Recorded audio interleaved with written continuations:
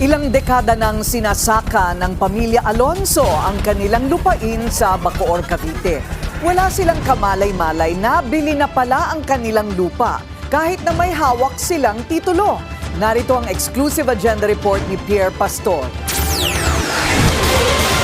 Squatters na raw sila ngayon sa sarili nilang lupa. Ito raw ang sinabi sa pamilya Alonso ng Barangay Molino 6 sa Bacoor, Cavite.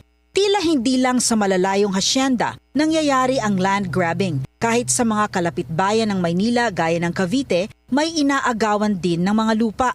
Kinukuha umano ni former Senator Cynthia Villar ang 2.5 hectares na lupaing ito na nasa kalagitnaan ng residential area sa Molino 6.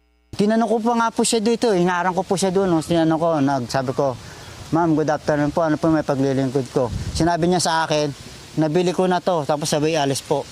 Pero, paano naman ang titulong hawak ng pamilya para sa lupaing minana nila sa kanilang mga magulang at sinasaka nila simula pa 1968?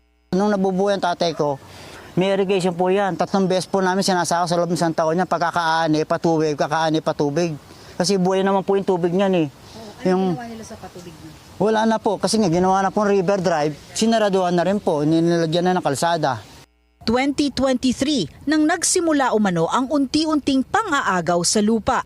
Una, gumawa ng river drive sa tabi ng Ilog Molino na katabi din ng lupain ng mga Alonso. Sumunod dito ay sinisira na ang kanilang bakod.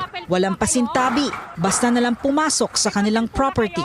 Mga gwardya ang gumawa nito na umano'y mga nakabonet at may mga baril.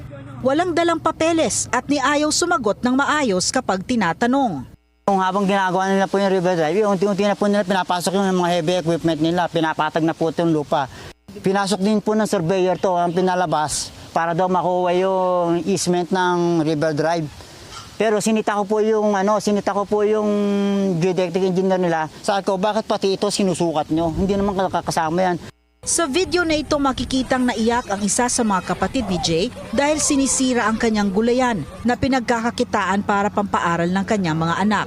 Ayon sa pamilya, kahit pa sila ay alukin na bayaran ng lupa ay hindi nila ito ibibigay. Helpless ang pakiramdam ng pamilya Alonso dahil dumulog na sila sa maraming tanggapan para sa kanilang problema sa kanilang lupain. Pero walang gustong tumulong. Mahirap daw talagang kalaban ang mga mayayaman. Lumapit na kasi ang pamilya sa barangay, sa munisipyo, maging sa DAR at sa Action Center ng Malacanang. Pero pinagpapasapasahan at pinababalik-balik lang daw sila. Nangangamba ngayon ng pamilya na baka isang araw ay bigla na lamang i-demolish ang kanilang mga bahay na nasa paligid ng lupain. Hinihintay ng Billionaire News Channel ang tugon ng kampo ni Villar hinggil sa issue na ito. Para sa agenda, Pierre Pastor, Billionaire News Channel. Manatiling nakatutok sa Billionaire News Channel. Sumubaybay sa aming social media accounts at mag-subscribe sa aming YouTube channel para sa mga bago at eksklusibong balita.